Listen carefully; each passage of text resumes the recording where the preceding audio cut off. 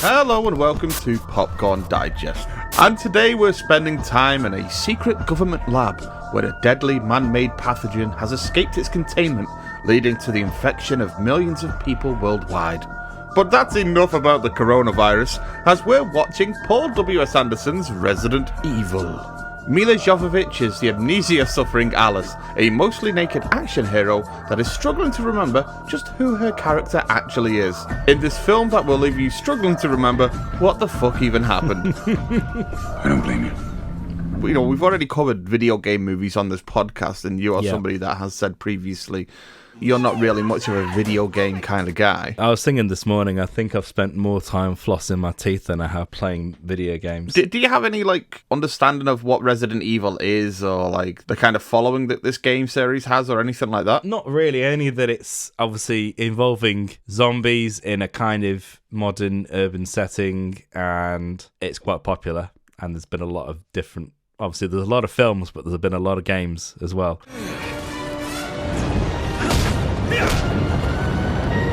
Well, that's it. I mean, some of the later films do bring characters back from the series into the film, but it is a very, very loose link, especially with this first film. This is an interesting one, because we've talked about Paul W.S. Anderson before, initially in a very harsh light, and then I think in our Soldier episode we're a little bit more favourable. I'd seen Event Horizon by that point as well, which we haven't reviewed on this show.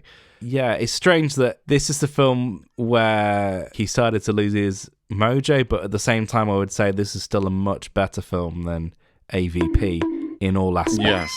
I still think that this film is, for the most part, quite well done, especially I think it's shot quite well. Yeah, I agree. There's still effort put into the settings and the lighting and the atmosphere for quite a lot of it. There's no way I'm going down there. I mean, it's weird that when we get Paul W.S. Anderson's triumphant return to the series directing chair, it's like, hey, I've just managed to get my hands on a James Cameron 3D camera. 3D! Yeah, and that's all it is. It looks just atrocious. Hey, boys. Is that any way to treat a lady? It's weird. The films get kind of bigger in scope from that point, but look cheaper and cheaper. They're probably working with the same money. That's the problem. Yeah, exactly. They're getting bigger, but this is one of those series where every time you heard another one was coming out, I was like, another one? Really?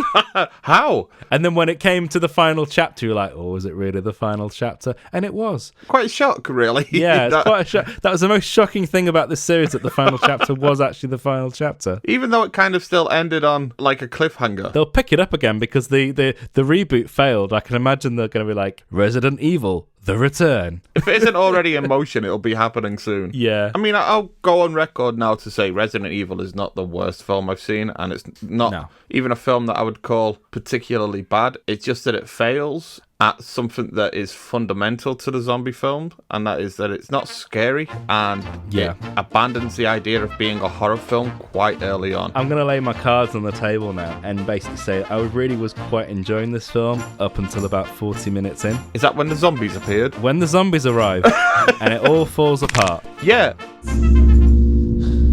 You're all going to die down here.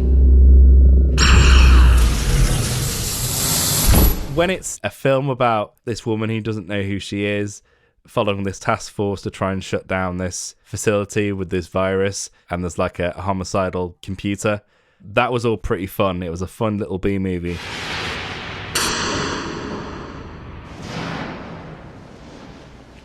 Looks like we're taking the stairs. As soon as you throw in the zombies, it kind of just went... The other huge issue is the fact that the best scene in the film is in the first half hour, which is a problem. Got it. Colin Salmon is killed far too early in this film. I do like the intention behind it. Yeah. Because Colin Salmon is such a strong presence anyway as an actor. And he's really commando exposition up until that point. I wrote, Colin Salmon, if you want quality exposition, He's your guy. He is. If you want to hear like the sultry voice of Colin Salmon deliver lines such as like, "There was a containment breach at 11:30 a.m. At level 3, we need to go into the laser corridor." Yeah, because I'm sure he's done like leading roles where he's not doing this, but I'm pretty sure every single thing I've ever seen him in, he's played this kind of role, an exposition role. Even when he was in Doctor Who, he played an exposition role in the episode that he was in. So it's just funny that literally he's been typecast as guy who gets information across. All right, we're behind schedule. So let's move it. There's a moment that sums up this film for me. For this type of movie, it's a B movie. It's silly. I am fine with a goofy script. I am fine with a cheesy script. Yeah. However, this whole thing begins because there is a containment breach of like a little virus container in a quarantine room whose air conditioning is hooked up to just the general underground laboratory air conditioning unit. Yeah. That's a massive oversight on behalf of the people that designed this underground lab. I mean, for me, it would have been better if they'd played a bit more on the homicidal computer program aspect of it and actually have it as a result of that. Like, she'd siphoned it on purpose. Yeah. That would have been made it a bit more credible. But yeah, it's just, it's so dumb. I'm missing you already.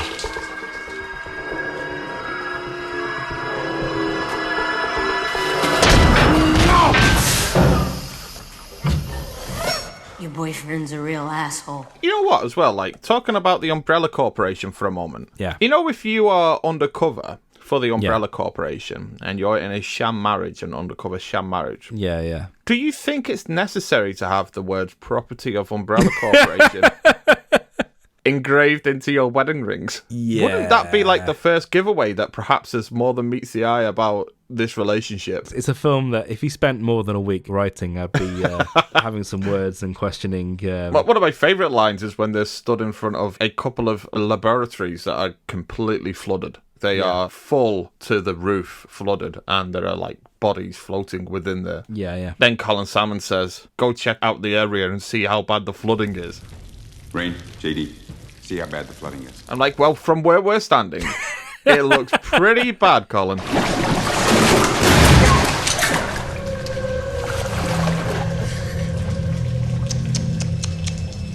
I think it also doesn't help that the villain of this is quite weak. The whole James Purefoy character. Yeah. He doesn't do enough to establish himself throughout the rest of the movie to the point when you have the switch, you kind of just go, great. It comes far too late as well. Yeah. The switch comes far too late for him to actually be effective, because I think the time between him switching and him actually being killed off is about 5 minutes. In fact, I would say that the most interesting thing about his character is that in the commentary, it's mentioned that the actor, James Purefoy, used his own jeans instead of a costume prop.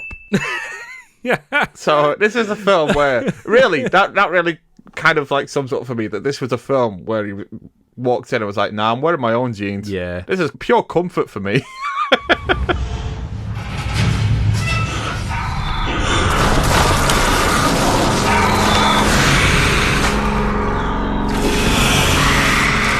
Oh my god. How did you like the liquor? It was okay. In fact, it kind of made me think, oh, when they were looking at AVP, they're like, oh, this guy's done stuff that's a bit like Alien. Yeah. It's one of those things where it looks fine in some shots, and then in other shots, it doesn't look good at all. Yeah. It's like 50-50. I think the shot where it crawls from the ceiling from one of the kind of light shafts is pretty good. Yeah. And then the shot where it kind of turns to the camera immediately following. Yeah. And kind of mugs for the security camera is awful. What the fuck is that? To be perfectly honest, I would have rather that they lost the zombies and just had this AI and this creature in this bunker. Like an alien thing, yeah. That's all you needed. You didn't need... The zombies were so superfluous, and they were like... It just felt like an obligation to put them in. Yes, they do. It felt like Paul W.S. Anderson was way more interested in those other aspects than the zombies. The liquor kind of summarizes for me the biggest issue, and it goes to the zombies It goes to this character as well. I like this character, the licker. I agree with you that perhaps if the zombies, they weren't doing anything with them on any level other than dressing, that they should have got rid of them. Had these genetic mutations instead, or even just this one thing, could have saved them some money and allowed them to do other things with the film as well. Yeah. But my issue is that we have all of these elements. We have the undead. We have genetic mutations. We have this liquor that the Red Queen says is the result of injecting the virus directly into a subject, into living tissue. There's an element of body horror that this film has in the most peripheral sense. Yeah. That it actually refuses to explore. And can you imagine a Ripley 8 scene from Resurrection where they go through a lab? Who are the people that they're injecting the virus into? Are they prisoners? Are they, military staff or that kind of thing? There needed to be a scene where you get to find out the more nefarious things that this company has been doing. Let's go through the lab where there are the test subjects, and let's see some of their failed test subjects and that kind of thing. Yeah, I mean, they almost do it as well, because in the last scene in the film where they get out and Eric Mabius's character's been bitten by the licker, and then he starts mutating to turn into Nemesis. But no, we're going to roll him off now because we can use that for the sequel. Yeah, exactly. Oh, he's mutating!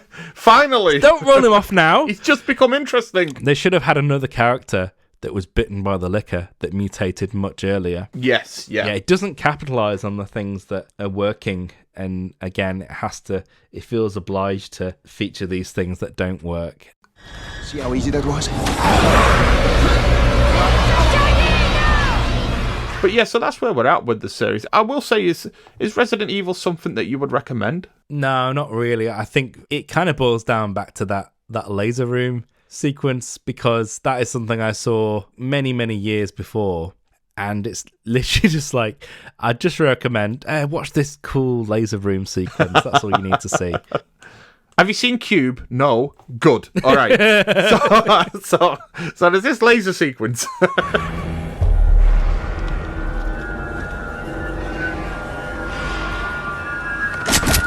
Thank you for listening to the latest episode of the show. Remember to like, share, and subscribe.